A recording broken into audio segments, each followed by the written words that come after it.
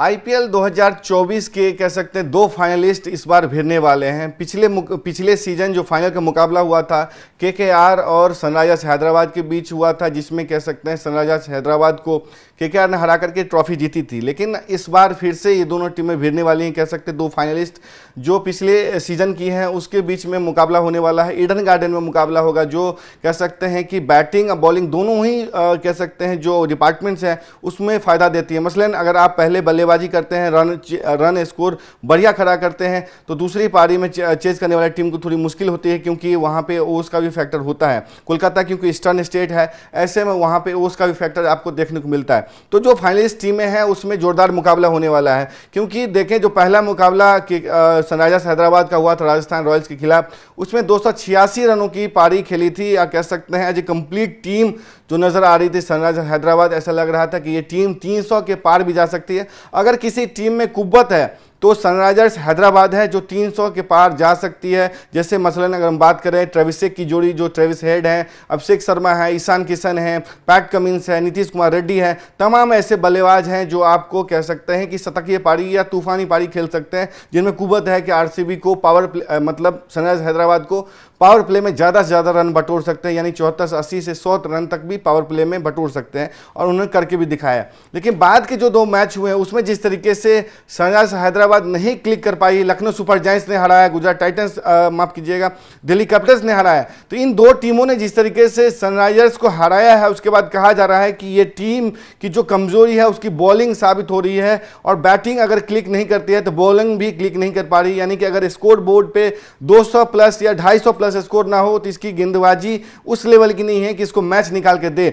दूसरी तरफ अगर हम केकेआर की बात करें तो केकेआर भी एज ए टीम जो काफ़ी शानदार टीम है। इस टीम में बात करें तो क्विंटन डिकॉक हैं, जिन्होंने जिस तरीके से राजस्थान रॉयल्स के खिलाफ 97 रनों की पारी खेली थी, उन्होंने बताया था क्यों उनको हाईली रेट किया जाता है। क्विंटन डिकॉक है, सुनील नारायण की वापसी हुई थी पिछले मुकाबले में, हालांकि 0 पे आउट हो गए थे, बुखार से पीड़ित थे, राजस्थान रॉयल्स की टीम मैच में उनकी वापसी हुई थी। लेकिन कह लें कि सुनील नारायण भी उनको क्लिक करना होगा, वो भी एक अच्छे ऑलराउंडर हैं। गेंदबाजी की बात करें तो काफ़ी खतरनाक माने जाते हैं।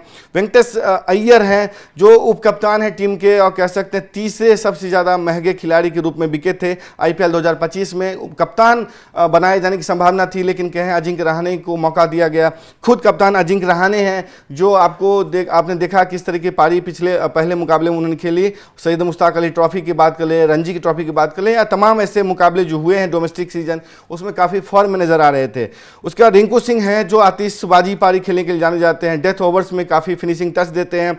और आंद्रे रसेल हैं, रमनदीप सिंह हैं, और पिछले मुकाबले हमने देखा था किस तरीके से आपको रमनदीप सिंह की वजह से जो 22 रनों की पारी उन्होंने खेली थी, उसकी वजह से 116 रन तक जाने में कह सकते हैं कि केकेआर टीम जो है वो कह सकते हैं कि मुंबई के खिलाफ अगर हम बात करें तो सफल हुई थी। लेकिन अगर हम बात करें जिस तरीके से अगर हम कह लें कि इस मुकाबले की बात करें तो एज ए टीम केकेआर काफ़ी मजबूत नज़र आती है ऑन पेपर, लेकिन अगर क्लिक नहीं कर पाते हैं तो उनके लिए आगे जाना काफ़ी मुश्किल होगा, क्योंकि जो आज मौसम होगा वहाँ पे काफ़ी कुछ जो पिच रिपोर्ट की बात करें तो पिच ऑल्दो बैटिंग फ्रेंडली है, तो बैटिंग फ्रेंडली अगर पहले बल्लेबाजी करती है, स्कोर 250 प्लस खड़े करती है सनराइजर्स हैदराबाद, तो उसको चेज करना काफ़ी मुश्किल होगा। केकेआर की जो फॉर्म है उसको देखते हुए कहा जा सकता है। लेकिन अगर हम आपको बताएं हेड टू हेड मुकाबलों की बात करें, तो हेड टू हेड मुकाबले की बात करें तो उसमें केकेआर की बादशाहत नजर आती है। 28 मैच अब तक खेले गए हैं, जिसमें सनराइजर्स हैदराबाद ने महज 9 मैच जीते हैं, और 19 मैच केकेआर को मतलब जीतने में कामयाबी हासिल हुई है, यानी कि इसमें केकेआर की बादशाहत है। और कह लें कि अगर ईडन गार्डन्स की बात करें तो दोनों ही टीमें 10 बार भिड़ी हैं, जिसमें 7 बार केकेआर ने जीत दर्ज की है, जबकि 3 बार सनराइजर्स हैदराबाद की जीत दर्ज की है। यानी कि हेड टू हेड की बात करें और ईडन गार्डन्स पे जो भिड़ंत हुई है उसमें भी केकेआर की बढ़त नजर आती है। और इस आईपीएल की बात करें जिसमें कि केकेआर की तरफ से जो टॉप प्लेयर्स हैं उसमें आपको क्विंटन डिकॉक हैं, जिन्होंने 3 मैच में 102 रनों की पारी खेली है, 102 रन बनाए हैं, बेस्ट उनका स्कोर 97 रन का है। वरुण चक्रवर्ती उनके बेस्ट बॉलर बनकर के उभरे हैं, 3 मैच में 3 विकेट लिए हैं, बेस्ट उनका 17 रन देके 2 विकेट है। और जहां तक अगर हम बात करें इस आईपीएल में एसआरएच के जो टॉप बैटर हैं वो हैं आपको Travis head, mighty Travis head, जिन्होंने 3 मैच में 136 रन बनाए हैं, बेस्ट उनका 67 है। हालांकि कह सकते हैं कि सस्ते में 2 मैचों में निपट गए थे, लेकिन उन्होंने एक तरीके से टीम में सबसे बेहतर प्रदर्शन किया था अन्य की तुलना में। ईशान किशन को क्लिक करना होगा। ईशान किशन एक मैच में 0 पे आउट हुए थे, दूसरे मैच में 1 से 2 रन के अंदर आउट हुए थे। नीतीश कुमार रेड्डी से काफ़ी कुछ है, उनको काफ़ी हाइप दिया गया था बीजीटी के बाद, तो अगर वो कैसे क्लिक करते हैं ये भी देखने की बात होगी। और अगर हम हर्षल पटेल की बात करें तो हर्षल पटेल उनके बेस्ट बॉलर बनकर उभरे हैं। 3 मैच में 3 विकेट उन्होंने लिए हैं, 34 पर 2 उनका बेस्ट कह सकते हैं है।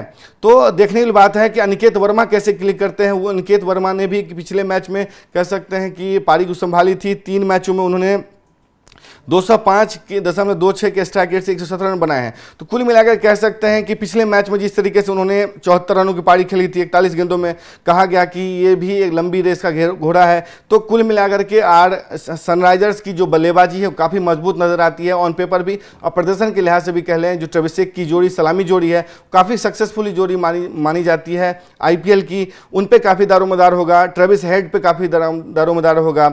उसके बाद कह सकते हैं कि ईशान किशन, नीतीश कुमार रेड्डी, उसके आप कह सकते हैं कि और जो खुद अभिषेक वर्मा हैं, उसके बाद अनिकेत वर्मा हैं, तो तमाम ऐसे खिलाड़ी हैं जिनसे काफ़ी कुछ उम्मीद होगी सनराइजर्स हैदराबाद को।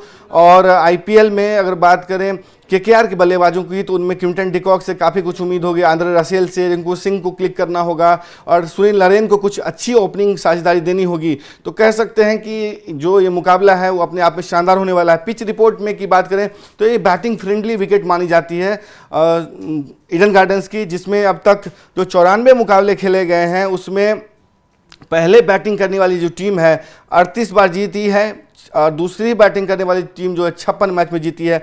यानी कह लें कि बड़ा स्कोर अगर खड़ा करने में कामयाब होती है तभी सनराइजर्स हैदराबाद के लिए एक तरीके से कह लें कि उनके लिए जीत संभव हो पाएगा, वरना उनके लिए इतना आसान नहीं रहेगा। दूसरी तरफ अगर बात करें कि जो पिच रिपोर्ट की बात करें तो रिकॉर्ड को देखते हुए कहा जा सकता है टॉस जीतने वाली टीम पहले गेंदबाजी करने का फैसला कर सकती है। इस स्टेडियम का जो हाईएस्ट स्कोर है 262 पर 2 है, जो पंजाब किंग्स ने पिछले साल कोलकाता के खिलाफ ही बनाया था। यानी कि इस मैच में देखें तो टॉस पे काफ़ी कुछ निर्भर करेगा कि कौन सी टीम टॉस जीतती है, क्या कुछ प्लेइंग 11 होता है और क्या कुछ प्रदर्शन सनराइजर्स हैदराबाद के बल्लेबाज करते हैं और कैसे कह सकते हैं जो ऑन पेपर मजबूत टीम नजर आ रही KKR के बल्लेबाज या गेंदबाज इस मैच में क्लिक करते हैं। तो कुल मिलाकर के ये कुछ आज सिचुएशन बन रही है, पिच रिपोर्ट बन रही है और जो बैटिंग फ्रेंडली विकेट है, लेकिन कह सकते हैं कि जो कुछ मतलब दूसरे नंबर पर बल्लेबाजी करेगी, दूसरी बार बल्लेबाजी करेगी यानी चेज करेगी, उस टीम को ज़्यादा मदद करने के आसार हैं। तो देखने की बात होगी 2 फाइनलिस्ट जो पिछले सीजन की हैं इस बार कौन बदला लेता है, कौन कह सकते हैं पिछली हार का बदला लेता है और KKR को कह सकते हैं और नीचे धकेलता है, क्योंकि KKR अभी आपको सबसे नीचे नज़र आ रही है। आपको पॉइंट्स टेबल की बात करें तो सबसे आखिरी में नज़र आ रही है। और अगर देखिए सनराइजर्स हैदराबाद आपको 8वें नंबर पे है, जो पहले नंबर पर नजर आ रही थी वो 8वें नंबर पे पहुंच गई है, लेकिन जो KKR है 10वें नंबर पर नजर आ रही है। तो क्या KKR और फर्दर नीचे जाएगी, क्या